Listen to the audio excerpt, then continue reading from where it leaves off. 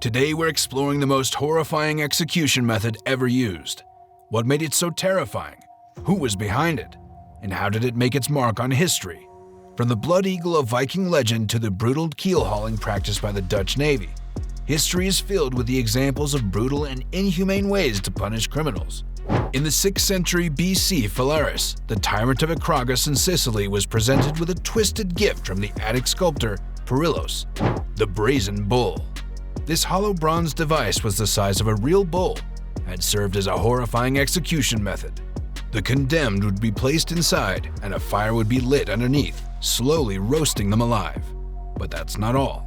The bull had pipes inside that converted the victim's screams into bull-like moos. Even Phalaris, a notorious tyrant, was shocked by the barbaric invention and decided to test it on its inventor. The question remains, did Phalaris himself eventually meet his end in the same brazen bull? This method of execution was commonly used as a form of capital punishment for Athenian citizens. Other forms of punishment included being banished to the wilderness to die of exposure, or being thrown into a chasm to suffer fatal injuries. While it may seem like a bizarrely specific form of execution, there's no denying the sheer brutality of the method. Unsurprisingly, it was most commonly practiced in areas where elephants were naturally found, especially in South and Southeast Asia.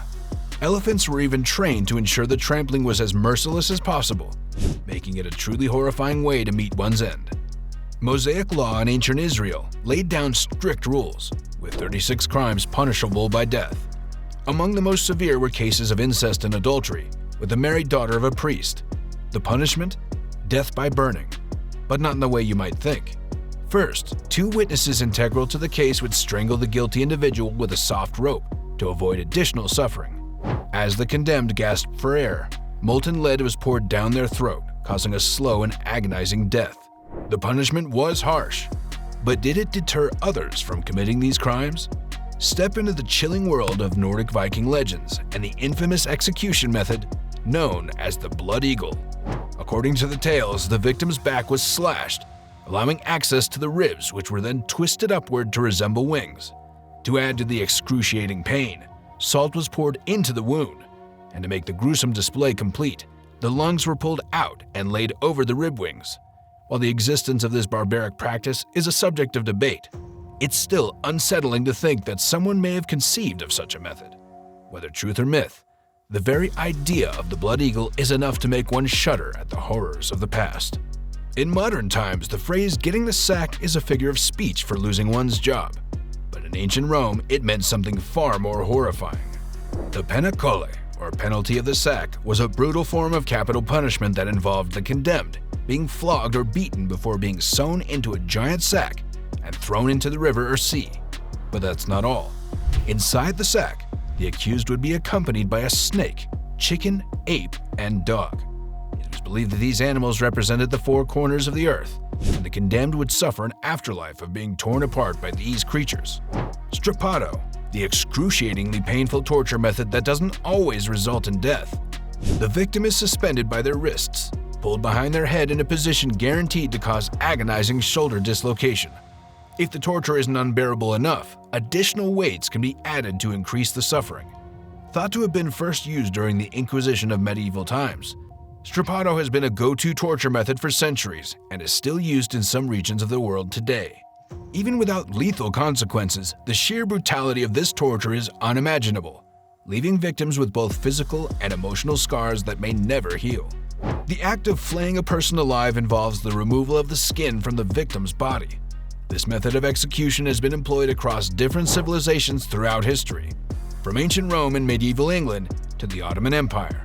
The kings of the Assyrian Empire in 911 to 609 BC even saw it as a source of pride, with rebel leaders being their preferred targets.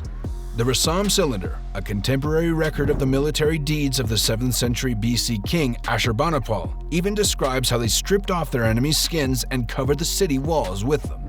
Li Si, a prominent figure in early imperial Japan, met a gruesome end at the hands of political aide Xiao Gao. According to the ancient 5 Pains, Li Si was subjected to a series of horrific tortures before being executed, including having his nose, foot, hand, and genitals removed. The final blow was the infamous waist chop, which involved slicing the victim in half at the waist with a large bladed instrument, causing a slow and agonizing death. Gao also ordered the execution of Li Si's entire extended family, in line with the Chinese practice of collective prosecution. The waist chop remained a form of execution in China for centuries, only being abolished in the 18th century. In ancient Babylon, justice was all about balance. The Talio principle, or the law of retaliation, meant that criminals would receive a punishment equal to the harm they inflicted. If you knocked someone's teeth out, yours would be knocked out too. Perjurers would often lose their tongues, and rapists would be castrated. However, the law was not equal for everyone, as free men who assaulted or murdered slaves would often only face a fine.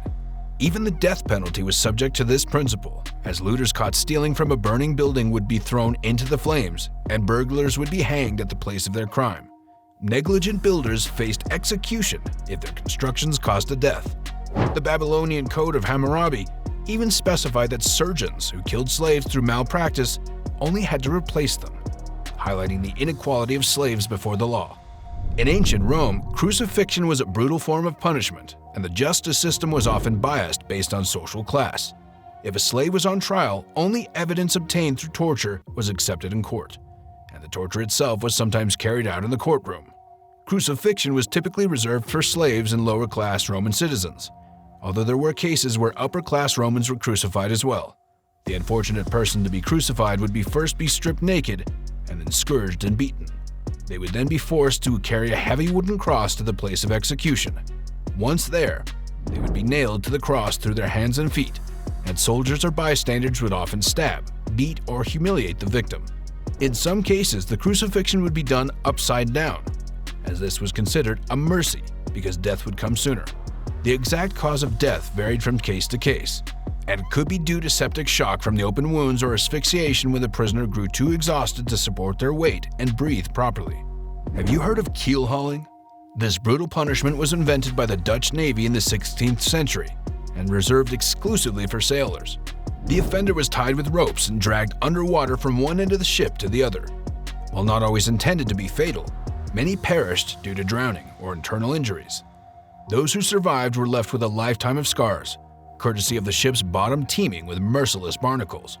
The gruesome practice of keel hauling may have faded into history, but the legacy of pain and suffering it inflicted remains a harrowing reminder of the depths of human cruelty. It is a spine-chilling story of Mithridates, the soldier who suffered the gruesome fate of the boat's punishment. Serving in the First Persian Empire, Mithridates met his tragic end in 401 BC after betraying the trust of King Artaxerxes II while under the influence at a royal banquet. The furious king ordered scaphism, a horrific execution that has since become infamous throughout history. As recounted by Plutarch, 46-119, the punishment began with the prisoner being confined inside a boat submerged in water. A second boat was then placed over the top, forming a shell with only the man's head, limbs, and torso exposed. With his body and face covered in honey and milk, he was left to the mercy of the elements as flies and vermin devoured him from the inside out. Mithridates endured this brutal punishment for 17 days before succumbing to death. Throughout antiquity, the Middle Ages, and into the modern era, the use of the death penalty has been savage and merciless. The English Bloody Code system of 1723 made over 200 offenses punishable by death, including damaging a fish pond, cutting down an ornamental shrub, and having a sooty face on a road at night. The last guillotine execution in France took place in 1977, but even in the 21st century, 56 countries retain this controversial practice, with only 18 carrying out executions in 2020. So there you have it, some of the most gruesome execution methods ever used throughout history. It's hard to imagine that human beings could come up with such horrific ways to end a life. As we reflect on these dark moments in our past, we can only hope that we have learned from them and strive to create a more just and humane society.